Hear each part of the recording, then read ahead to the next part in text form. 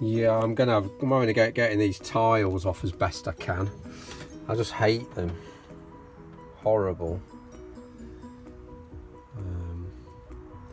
Yeah, it's going to be a slow process.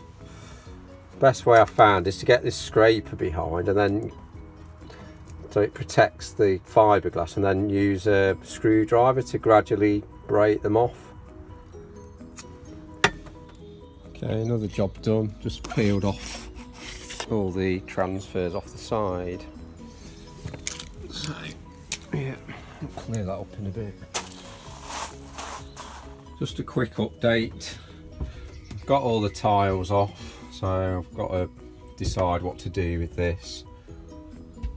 I've made this countertop with these flap hinges so you can fold it in half. So if you just want a little table for your laptop, you can fold it up completely if you want to use the seat, if you need more seating. So the plan is that I'll probably do my cooking on there. The other thing we've done is made a door for where the fridge used to be. So I've just used 18mm beech ply for this. Not too heavy, and I've got some new catches. And I've made a door for the bottom here. The door was sort of damaged, and then the door. This is where the grill used to be. The cooker used to be here. Really, that one's no use because it just goes under the fridge, but it's just an infill. Then the other thing I'm doing, I'm boxing in. This is where the portaloo used to fit. So I've made a front panel for this, which I'm just painting at the moment. I don't think I'll put the portaloo there, but I'm planning to get a cushion to fit across here. So you'll have like a seat going round in like a U shape. Then the other thing, I've decided this is where the cool box is going to sit because it fits perfectly. Just means you're going to lose a little bit of seat. It's only usable anyway when this was folded up, so it's probably never going to get used anyway. So the cool box is going to fit here.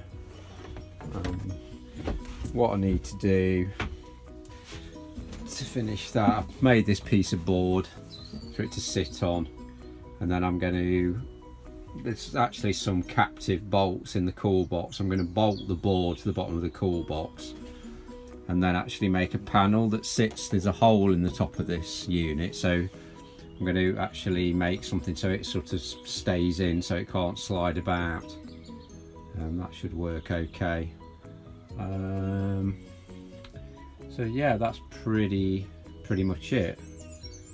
So there's still quite a bit to do. I'm planning to probably make another door to replace that, just because it now looks a bit odd. So I've got the wooden doors on this side, and then it's going to be sorting the electrics.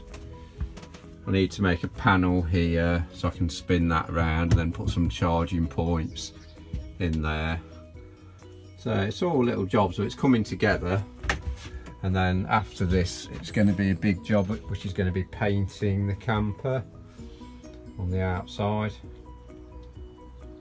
To be honest, I sort of, oh, and the other thing is flooring. I've ordered some flooring which should come tomorrow. So I just need to finish this off.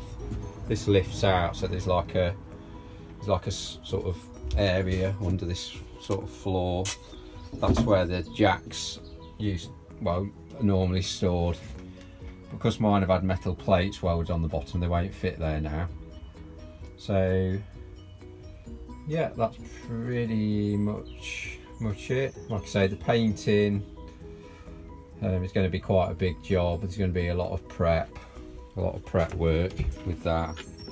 So not really looking forward to that. I'm trying to get somewhere to actually do the painting as well, indoors, so I don't get loads of bugs sticking to the paint. So yeah, it's coming together slowly. I'm not really sure what I'm going to do with it, whether I'm going to keep it I might use it a bit and then see. I just don't know if it's me, really.